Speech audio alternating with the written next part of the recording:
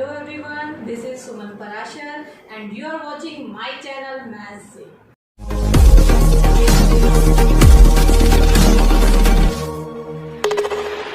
Last video में हमने irrational number को नंबर लाइन पे कैसे लोकेट किया जाता है वो सीखा, और आज के इस वीडियो में हम क्या सीखेंगे। आज के इस वीडियो में हम सीखेंगे कि रियल नंबर क्या होता है और उसकी डेसिमल एक्सपेंशन क्या होती है। तो देखिए, सबसे पहले मैं आपको बताऊंगी कि रियल नंबर क्या होता है। हमने रैशनल नंबर पढ़ा और हमने इरेशनल पढ़ा। तो अगर हम रैशनल और इरेशनल को ऐड कर दें, means collection of rational and irrational, तो आपको मिल जाते हैं रियल नंबर। तो रियल नंबर्स में आपके रैशनल नंबर्स भी आते हैं और इरेशनल नंबर्स भी आते हैं।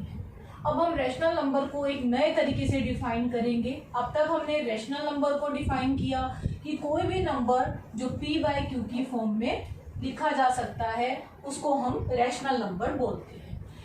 अब p/q की फॉर्म होना रैशनल नंबर है, बट जहां बात आती है इसके डेसिमल एक्सपेंशन की, वहां इसको हम एक नई डेफिनेशन दे देते हैं। तो कोई भी नंबर जो p/q की फॉर्म में है, अगर वो नंबर डेसिमल एक्सपेंशन में टर्मिनेटिंग है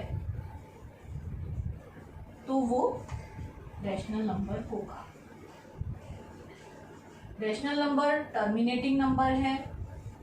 जैसे आपने लिया 1/2, तो 1/2.5 मीन्स इसका डेसिमल एक्सपेंशन टर्मिनेट हो रहा है। टर्मिनेट हो रहा है मीन्स कि यहाँ एंड हो रहा है, 5 के बाद कुछ नया नहीं आ रहा है, तो इसको हम बोलते हैं टर्मिनेटिंग रैशनल नंबर। मीन्स इसका डेसिमल एक्सपेंशन टर्मिनेट हो रहा है। तो हमने रैशनल नंबर को एक नई डेफिनेशन दी कि जिसका डेसिमल एक्सपेंशन टर्मिनेट होता है वो रैशनल नंबर है। दूसरा, कई बार आप देखते हैं कि डेसिमल एक्सपेंशन नॉन टर्मिनेटिंग है, बट साथ में क्या है, रिपीटिंग है, रीअकरिंग है, बार बार रिपीट हो रहा है, तो ऐसे नंबर भी रैशनल नंबर ही कहलाते हैं। इसमें हम एक जैसे एग्जांपल ले सकते हैं 1.13131313 एंड सो ऑन। 1313 आपने देखा, ये जो पूरा का पूरा 13 है, ये बार बार रिपीट हो रहा है, तो यहाँ पे हम बोलते हैं ये नॉन टर्मिनेटिंग है प्लस रिपीटिंग है। तो इस 13 को आप 13 बार से डिनोट कर सकते हैं और इसको हम फिर से रैशनल ही बोलते हैं। तो वो इरेशनल कब बन जाता है, अब हम इरेशनल को भी डेसिमल एक्सपेंशन की फॉर्म में डिफाइन करते हैं। तो इरेशनल नंबर्स में आप बोल सकते हैं कि नॉन टर्मिनेटिंग तो है कि जिसका डेसिमल एक्सपेंशन नॉन टर्मिनेटिंग है, जैसे कि 0.12567891153 सो।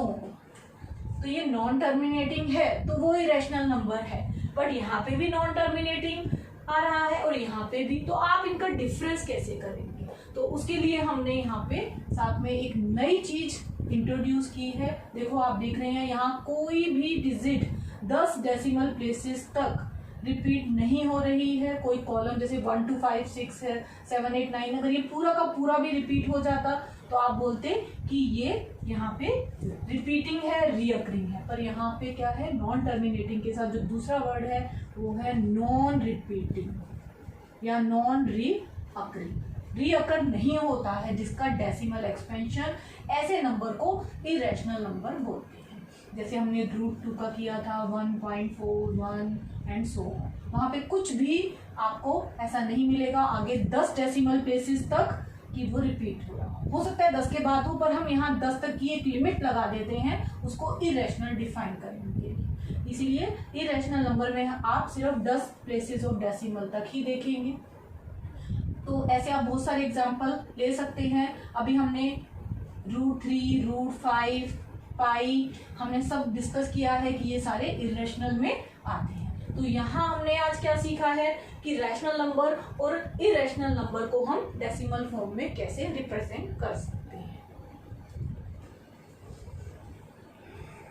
तो हमने सीखा कि रियल नंबर है और उनकी डेसिमल एक्सपेंशन है, और उससे हम डिसाइड करते हैं कि वो रैशनल है या इरेशनल है।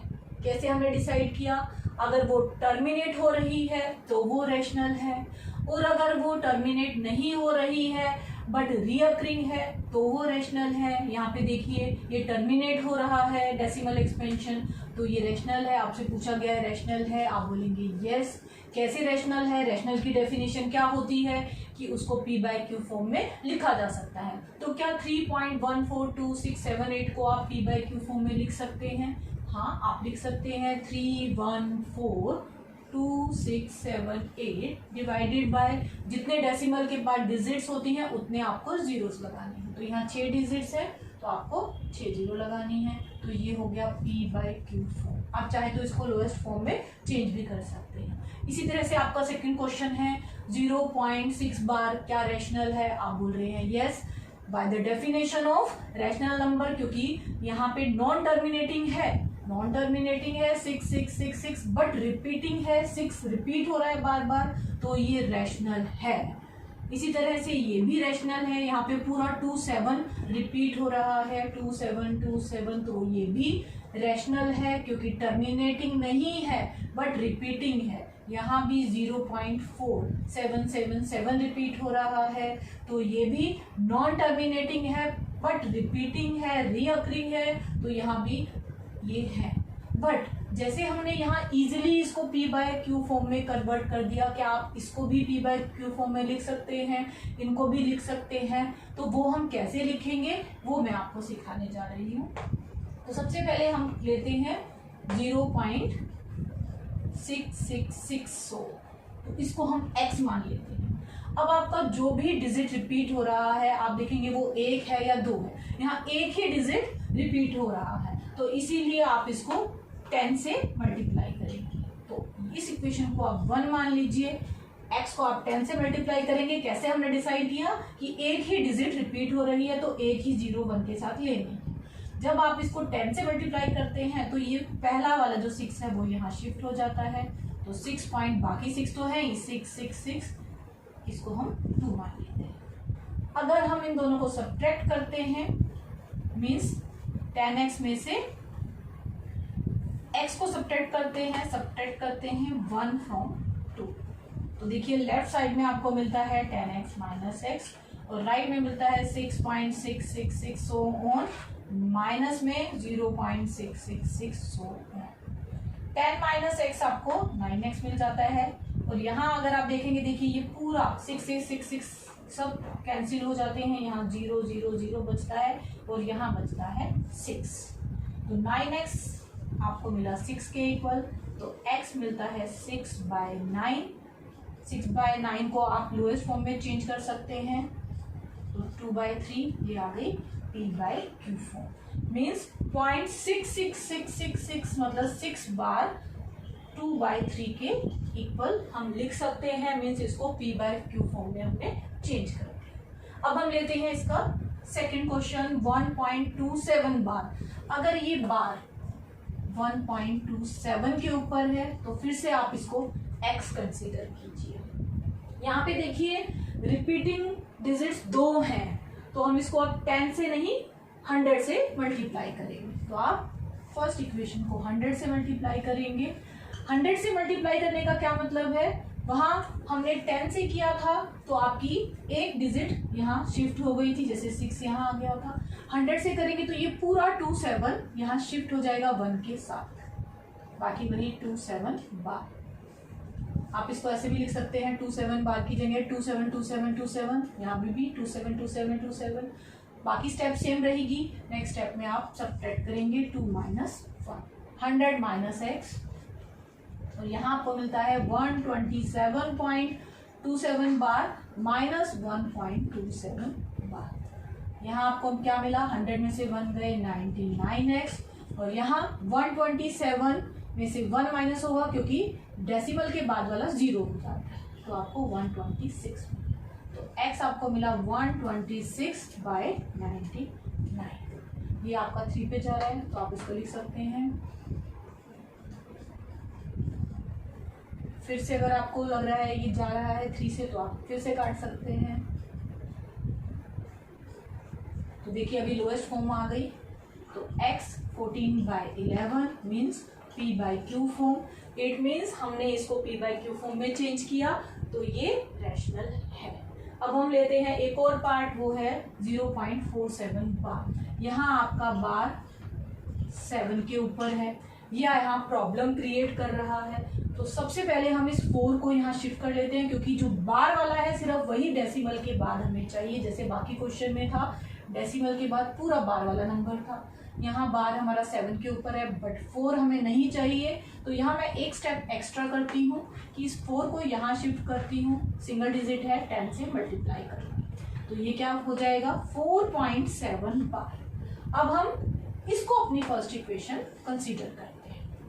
नेक्स्ट स्टेप वही रहेगी, क्योंकि 7 अकेला डिजिट है, तो फिर इसको हम 10 से मल्टीप्लाई करेंगे इक्वेशन 1 को। अगर इक्वेशन 1 को 10 से करेंगे तो यहाँ मिलेगा 100 और ये 7 यहाँ शिफ्ट हो जाएगा, तो ये बनेगा 47.7 बार। नेक्स्ट स्टेप होती है फिर से सब्ट्रैक्ट 2 माइनस 1, तो 100x minus 10x is equals to 47.7 bar minus 4.7 bar. यहाँ आपको मिलता है 90x और यहाँ आपको क्या मिलेगा 7 बार डेसिमल के बाद है, तो डेसिमल के बाद 0 हो जाएगा, तो 47 माइनस 4 आपको मिलता है 43। तो यहाँ से फिर आपको x की वैल्यू मिल जाती है, P by Q form means 43/90। तो इसी तरह से हमने क्या दिखाया कि जितने भी आपके नॉन टर्मिनेटिंग और रीअकरिंग रैशनल थे वो आपकी P by Q फॉर्म में लिखे जा सकते हैं, मीन्स दे आर रैशनल।